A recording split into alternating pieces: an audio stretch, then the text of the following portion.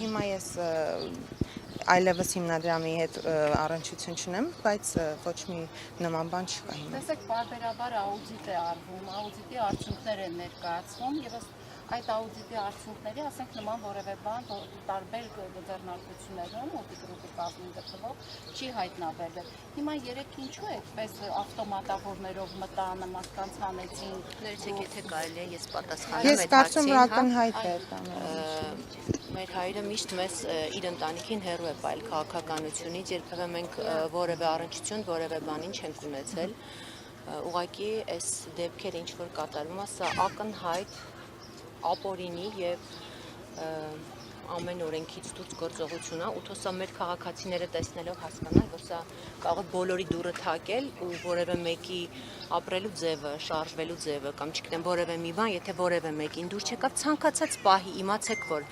ցանկացած ձևով սա կարող է բոլորին առնչվել։ Մի մարդ, ով ամբողջ կյանքում բարեգործություն է արել, մենք դեռ շատ փոքր ենք եղել ու ես դա միշտ տեսել եմ, դեռս քաղաքականության մեջ չի եղել կամ այսքան մեծ ունեցվածքի տեր չի եղել հայրս, որը կամաց տարին ընթացքում է ձեռք բերել, մենք մշտապես ականատես ենք եղել այդ բարեգործական արարքներին, ծրագրերին, այո, ու հիմա նմանատիպ վարմունք, նմանատիպ պահվածքը ուղղակի աններելի է ու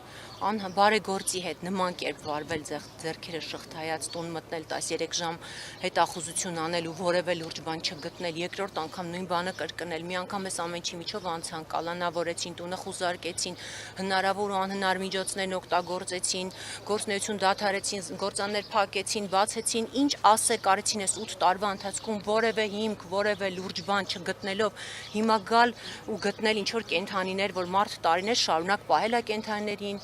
բազմաթիվ անգամներ հեռուստատեսությամբ,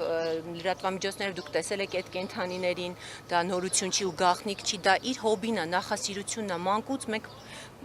շատ շուտ ժամանակվանից մենք այդ կենդանիներին պահում ենք, թորնիկների հետ գնում կերակրում են կենդանիներին,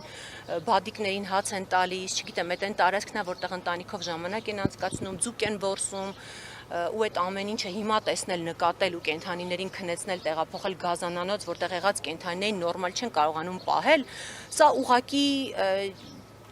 թող մարդիկ դատապարտեն, թող մարդիկ ուղեղ ունեն, վստահ եմ բոլորը բանական մարդիկ են, թող մարդիկ տեսնեն ու եզրակացություններն իրենք անեն, ոչ մի բան ասելու չունենք, իսկ գիտեք դատելը աստվածաշնչյան պատգամներով են առաջնորդվում, պատարակներ են գնում, սաղմոսներ են ասում, բայց քրիստոնյայի կյանքը դա ամենօրյա աշխատանքի, ամենօրյա ապրելու ձև է, ամենօրյա ապրելու ոճ է, ապրելու կերպ է, չես կարող ուրիշ բան խոսել, ուրիշ բան անել։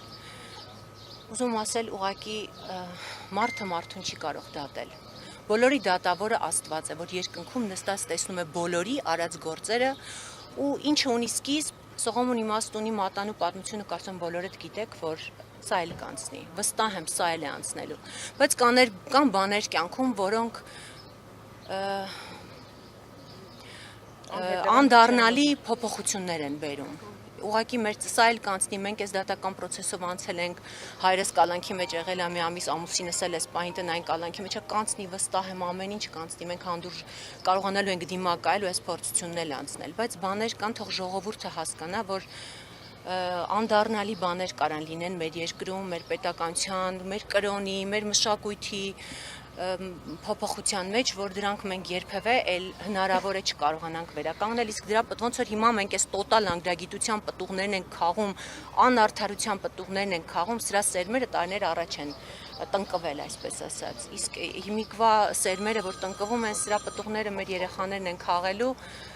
ցավոք մի քանի տարի հետո, ուզում եմ բոլորս թափ լինեն, զգոն լինեն, ճիշտ մտածեն, ճիշտ ապրեն, դադարեն իրար քննադատելուց, դադարեն ձվի մեջ մազման գալուց, իսկ Աստված վերևն է, ես վստահ եմ, որ ամեն ինչ արդար է լինելու։ Շնորհակալություն։